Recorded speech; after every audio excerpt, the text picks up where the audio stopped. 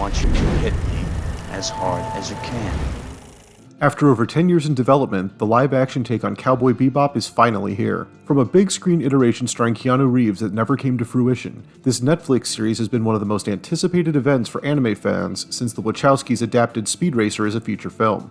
Like that movie, Cowboy Bebop takes the bright colors and exaggerated world of Japanese animation and turns it into something completely unique. Led by the brilliant and pitch-perfect cast comprised of Jon Cho, Mustafa Shakir, and Daniella Pineda, Cowboy Bebop is not only a faithful interpretation of the source material, but easily one of the best shows ever made based on a manga book. This is a pulpy noir adventure with a blisteringly cool soundtrack and the best visualization of a comic book since Edgar Wright's Scott Pilgrim vs. the World. In short, Cowboy Bebop is as damn cool as it is brilliantly distinct. Released in 1998 as 24 manga stories and 26 anime episodes, split over 2 volumes, Cowboy Bebop is set in the near future of 2071, where humans have colonized most of the solar system. With advanced technology melded with noir elements like guns, fedoras, femme fatales, and a jazzy score, this series maintains the hallmarks of the brief run of the anime, with each episode a reimagining of major stories from the animated original.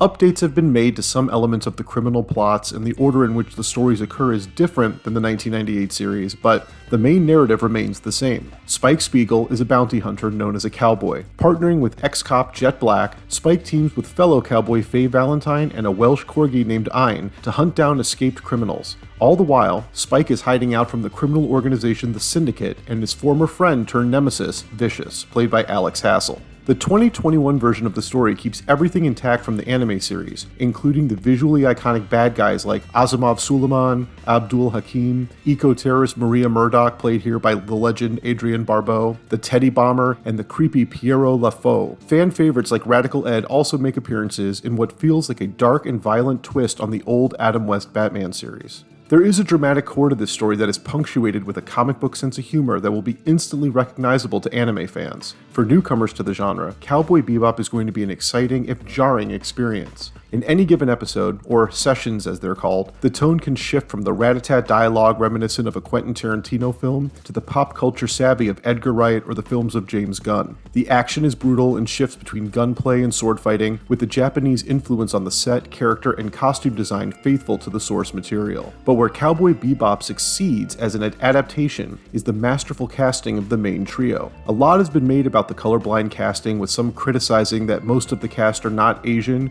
along with Jet being played by a black actor and Faye looking nothing like her physically impossible anime counterpart. To that, I say just watch this series and you will know these are the perfect actors for their roles. Mustafa Shakir, who made impressive turns in HBO's The Deuce as well as Marvel's Luke Cage as villain Bushmaster, is wonderful as Jet Black. The former police detective wrongfully convicted of a crime and working as an honorable bounty hunter. With a code of conduct and a daughter to impress, Shakir imbues Jet with the classic qualities of noir cops and private investigators.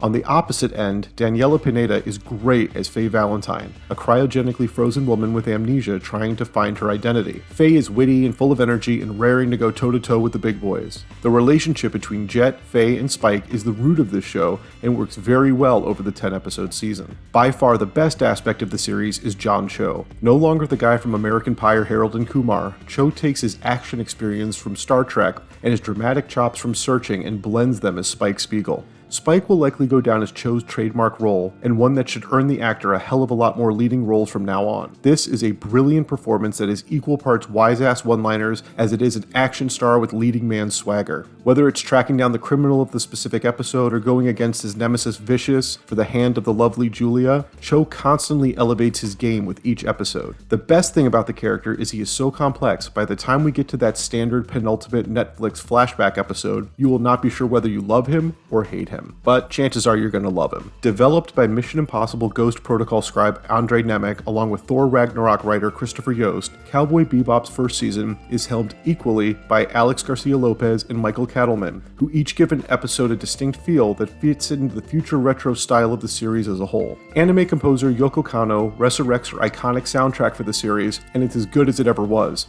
I could not get through these 10 episodes fast enough, but they are one of the most rewatchable Netflix series I can remember. This series is non non-stop fun that is going to be as much fun for young viewers as it will be for longtime fans of the original series. The show plows through the majority of the storyline from the anime in the first season, which means the next batch will be uncharted territory. But if the writers and cast are game to continue exploring this richly developed universe of characters, there is no limit to where this story could go next. For now, strap in because Cowboy Bebop is going to blow you away. That's why I'm giving it a 9 out of 10.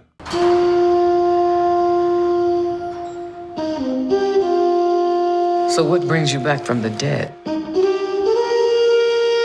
A week ago, I did a job. A bounty. I had a partner, believe it or not. He know what you used to be?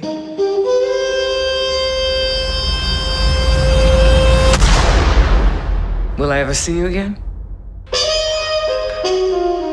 They tried to kill me, Anna. If you need to find me, I go by Spike Spiegel these days.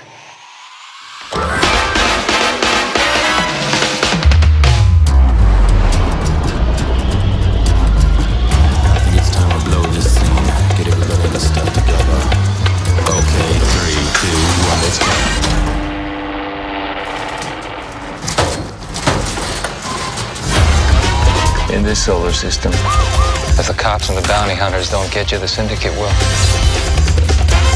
There's no happy ending here. Spoken like a man who's never been in love. I was. What happened? I was dreaming. What do you say, fellas? You want to team up? I was thinking a 60-40 split. Going my way, of course. Do not shoot her. Please? No.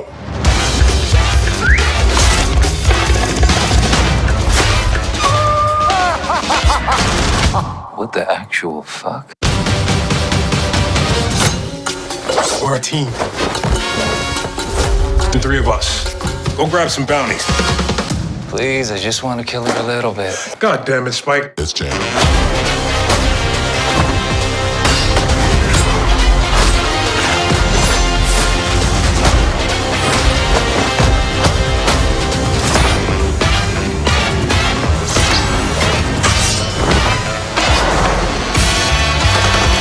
Good guys. Or bad guys. Depends on who you ask.